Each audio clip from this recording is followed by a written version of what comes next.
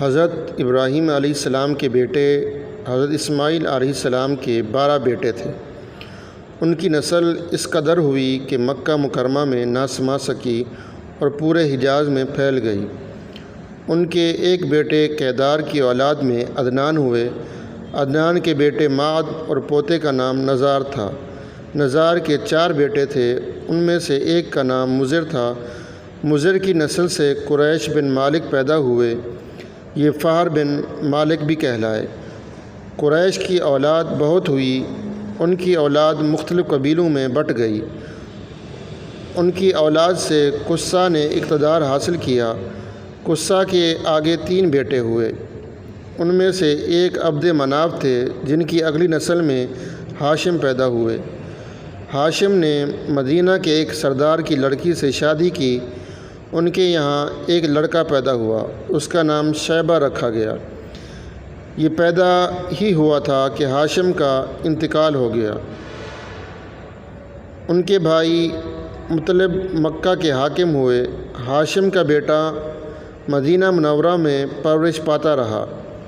جب مطلب کو معلوم ہو گیا کہ وہ جوان ہو گیا ہے تو بھتیجے کو لینے کے لیے خود مدینہ گئے۔ اسے لے کر مکہ مکرمہ پہنچے تو لوگوں نے خیال کیا یہ نوجوان ان کا غلام ہے۔ مطلب نے لوگوں کو بتایا یہ ہاشم کا بیٹا اور میرا بھتیجا ہے۔ اس کے باوجود لوگوں نے اسے مطلب کا غلام ہی کہنا شروع کر دیا۔ اس طرح شیبہ کو عبد المطلب کہا جانے لگا۔ انہیں عبد المطلب کے یہاں ابو طالب، حمزہ، عباس، عبداللہ، ابو لہب، حارث، زبیر، درار اور عبد الرحمن پیدا ہوئے۔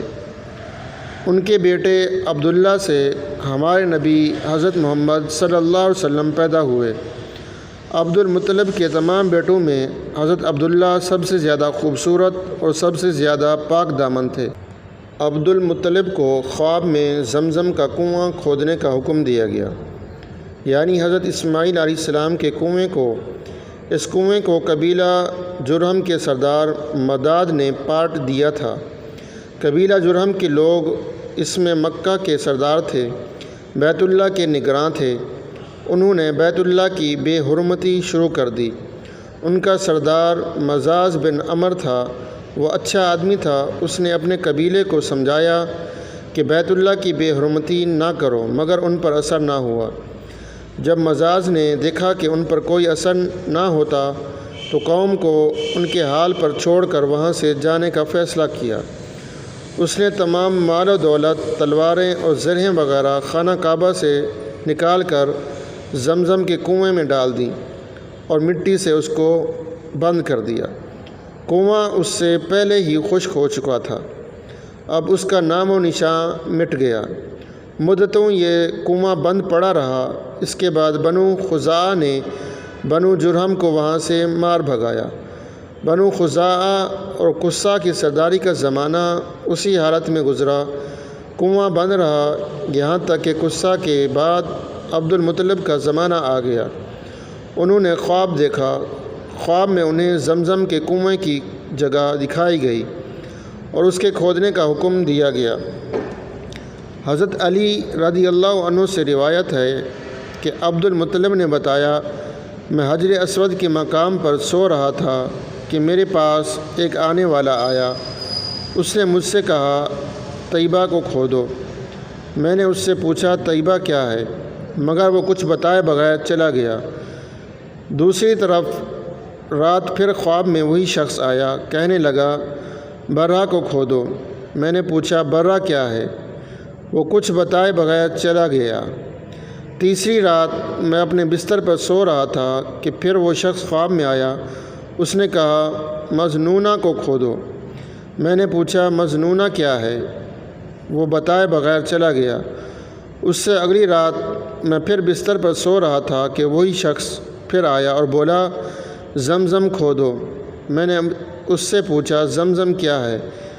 اس بار اس نے کہا زمزم وہ ہے جس کا پانی کبھی ختم نہیں ہوتا، جو حاجیوں کے بڑے بڑے مجموعوں کو سیراب کرتا ہے۔ عبد المطلب کہتے ہیں میں نے اس سے پوچھا یہ کنواں کس جگہ ہے؟ اس نے بتایا جہاں گندگی اور خون پڑا ہے اور کوا چونچے مار رہا ہے۔ دوسرے دن عبد المطلب اپنے بیٹے حارث کے ساتھ وہاں گئے۔ اس وقت ان کے یہاں یہی ایک لڑکا تھا۔ انہوں نے دیکھا وہاں گندگی اور خون پڑا تھا اور ایک کوا چونچے مار رہا تھا۔ اس جگہ کے دونوں طرف بت موجود تھے اور یہ گندگی اور خون دراصل ان بتوں پر قربان کیے جانے والے جانوروں کا تھا۔ پوری نشانی مل گئی تو عبد المطلب کدال لے آئے اور کھدائی کے لیے تیار ہو گئے، لیکن اس وقت قریش وہاں آ پہنچے۔ انہوں نے کہا، اللہ کی قسم ہم تمہیں یہاں کھدائی نہیں کرنے دیں گے۔ تم ہمارے ان دونوں بتوں کے درمیان کنواں کھودنا چاہتے ہو جہاں ہم ان کے لیے قربانیاں کرتے ہیں۔ عبد المطلب نے ان کی بات سن کر اپنے بیٹے حارث سے کہا، تم لوگوں کو میرے قریب نہ آنے دو، میں کھدائی کا کام کرتا رہوں گا، اس لیے کہ مجھے جس کام کا حکم دیا گیا ہے میں اس کو ضرور پورا کروں گا۔ قریش نے جب دیکھا کہ وہ باز آنے والے نہیں تو رک گئے۔ آخر انہوں نے کھدائی شروع کر دی۔ جلد ہی کنویں کے آثار نظر آنے لگے۔ یہ دیکھ کر انہوں نے اللہ اکبر کا نعرہ لگایا اور پکار اٹھے، یہ دیکھو یہ اسماعیل علیہ السلام کی تعمیر ہے۔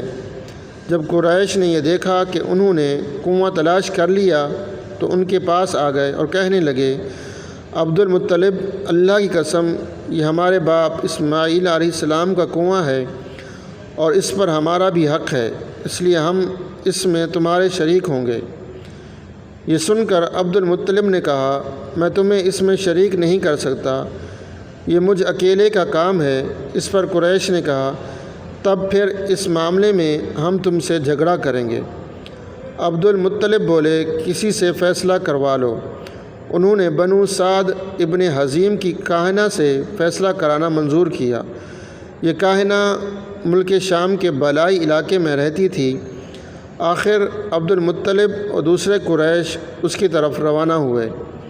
عبد المطلب کے ساتھ عبد مناف کے لوگوں کی ایک جماعت تھی، جبکہ دیگر قبائل قریش کی بھی ایک جماعت ساتھ تھی۔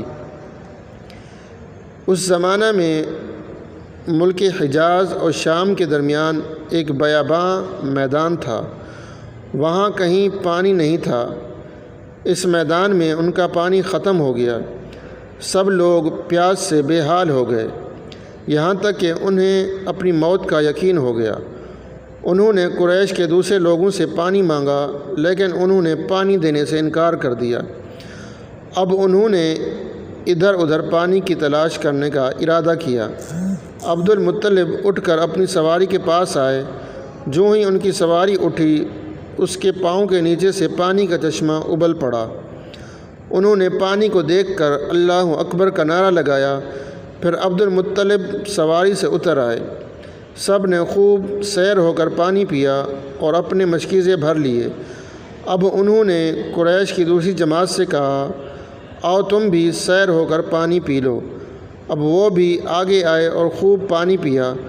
پانی پینے کے بعد وہ بولے، اللہ کی قسم اے عبد المطلب، یہ تو تمہارے حق میں فیصلہ ہو گیا۔ اب ہم زمزم کے بارے میں تم سے کبھی جھگڑا نہیں کریں گے۔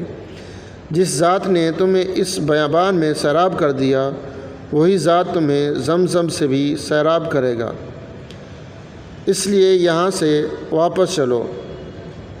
اس طرح قریش نے جان لیا کہ اللہ تعالیٰ عبد المطلب پر مہربان ہے، لہذا ان سے جھگڑنا بے سود ہے اور کاہنہ کے پاس جانے کا کوئی فائدہ نہیں۔ چنانچہ سب لوگ واپس لوٹے۔ واپس آ کر عبد المطلب نے پھر کنویں کی کھدائی شروع کر دی۔ ابھی تھوڑی سی کھدائی کی ہوگی کہ مال و دولت، تلواریں اور زرہیں نکل آئیں۔ اس میں سونا، چاندی وغیرہ بھی تھی۔ یہ مال و دولت دیکھ کر قریش کے لوگوں کو لالچ نے آ گھیرا۔ انہوں نے عبد المطلب سے کہا، عبد المطلب اس میں ہمارا بھی حصہ ہے۔ ان کی بات سن کر عبد المطلب نے کہا، نہیں، اس میں تمہارا کوئی حصہ نہیں، تمہیں انصاف کا طریقہ اختیار کرنا چاہیے۔ آؤ 500 کے تیروں سے کرہ ڈالیں۔ انہوں نے ایسا کرنا منظور کر لیا۔ 2 تیر کعبے کے نام سے رکھے گئے، 2 عبد المطلب کے اور 2 قریش کے باقی لوگوں کے نام کے۔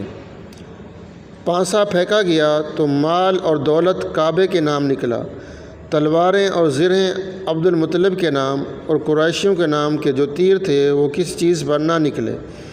اس طرح فیصلہ ہو گیا۔ عبد المطلب نے کعبے کے دروازے کو سونے سے سجا دیا۔ زمزم کی کھدائی سے پہلے عبد المطلب نے دعا مانگی تھی کہ اے اللہ اس کی کھدائی کو مجھ پر آسان کر دے، میں اپنا ایک بیٹا تیرے راستے میں ذبح کروں گا۔ اب جب کہ کنواں نکل آیا تو انہیں خواب میں حکم دیا گیا اپنی منت کو پورا کرو، یعنی کہ ایک بیٹے کو ذبح کرو۔